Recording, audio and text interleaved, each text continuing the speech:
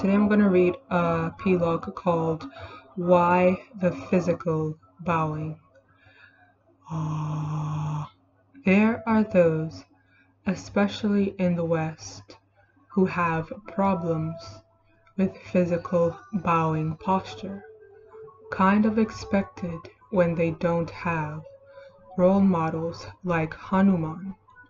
They are only ready to do a mental bow.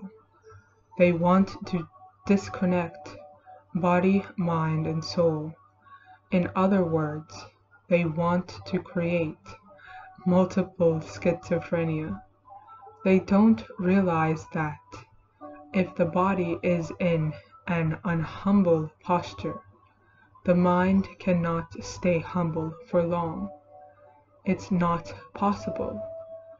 Mental discipline is directly connected to physical discipline and vice versa, and both together affect the soul direction.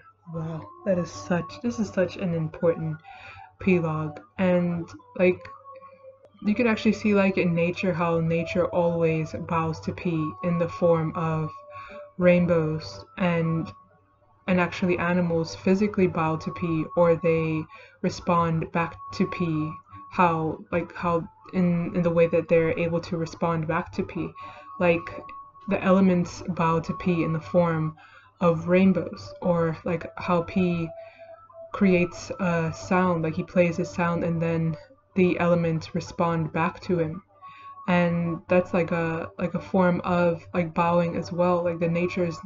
Nature naturally responds to P by praising, bowing, and serving him.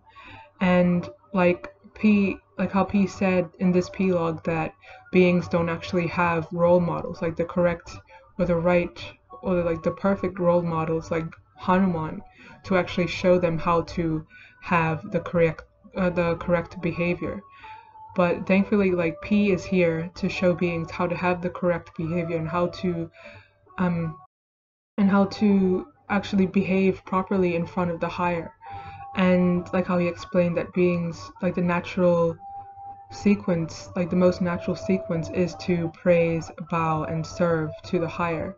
And beings are they're so caught up in their in the mental, they're so caught up in their mind that they are like how P said, they're very ready to do a mental bow instead of a physical bow. And if beings don't do a physical bow, then P says then it disconnects from the body, mind, and soul. And this reminds one about how P said that actions are actually golden, and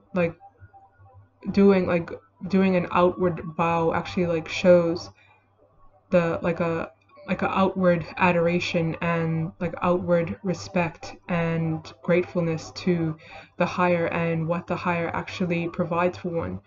And if beings have a problem with doing the physical bow, then it's how P points out that it's mostly just the ego getting in the way, and they don't really, or the jealousy gets in the way, or so many setbacks that actually stops beings from doing what is natural. And how P said, if the body is in an unhumble posture, the mind cannot stay humble for long. It's not a possible thing. If a being is always in an unhumble posture, they're always slouched over, or they're sitting in their couch and they're moving from they're constantly in an ungraceful posture, then their mind definitely wouldn't be able to stay humble or have pure thoughts at all, because they don't have any body discipline. And how P said that mental discipline is directly connected to physical discipline and vice versa. And beings have to have body discipline and mind discipline in order to evolve their spirit. And P is the perfect example of how to be disciplined in one's body and one's mind. And in order to be disciplined, one has to have a praising, bowing, and serving attitude. And one is really impressed how nature always shows how to behave. Like if beings didn't have any kind of like teacher or anything to show them how to properly behave, nature is like there to show how to like properly be like very disciplined and very and like show like respect for that which is higher, because like nature praises P and like the birds respond back to him, or like in one of his like some of his pictures you can see like how the elephants were actually bowing to him and like they raised their trunks to him. And in some cases like there was an elephant that was actually dancing in his like dancing to his sounds in like the distance in one of his plays as well. And I think that was like the most amazing thing to actually see, that nature, like how P said, nature never lies, and nature always is always tending towards fractality, like pure fractality. And there are like many beings that say over and over, we need to get back to nature, we need to get back to nature.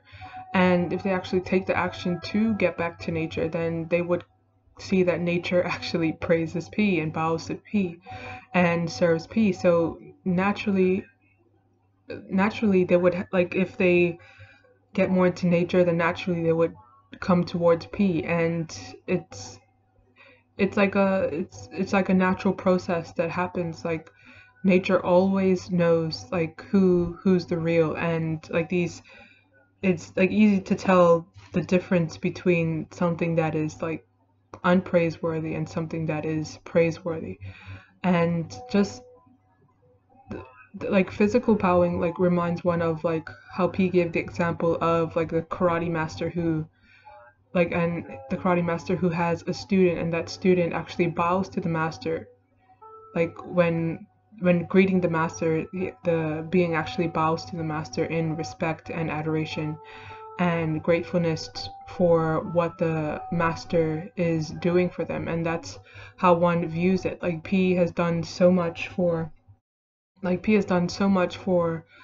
this whole world that beings don't even know about it. And like the rainbow itself is like just evidence to one that one, in order to have bliss and to experience heavenly like experiences and things like that, one has to be humble to the higher, and one has to bow to the higher. Because like if you actually see a rainbow, it actually is the word bow, and it's like a bow, and it's actually like a bow. Like if you actually see yourself and then you bow to the higher, then you actually bowing, like you're almost shaping like a bow or rainbow.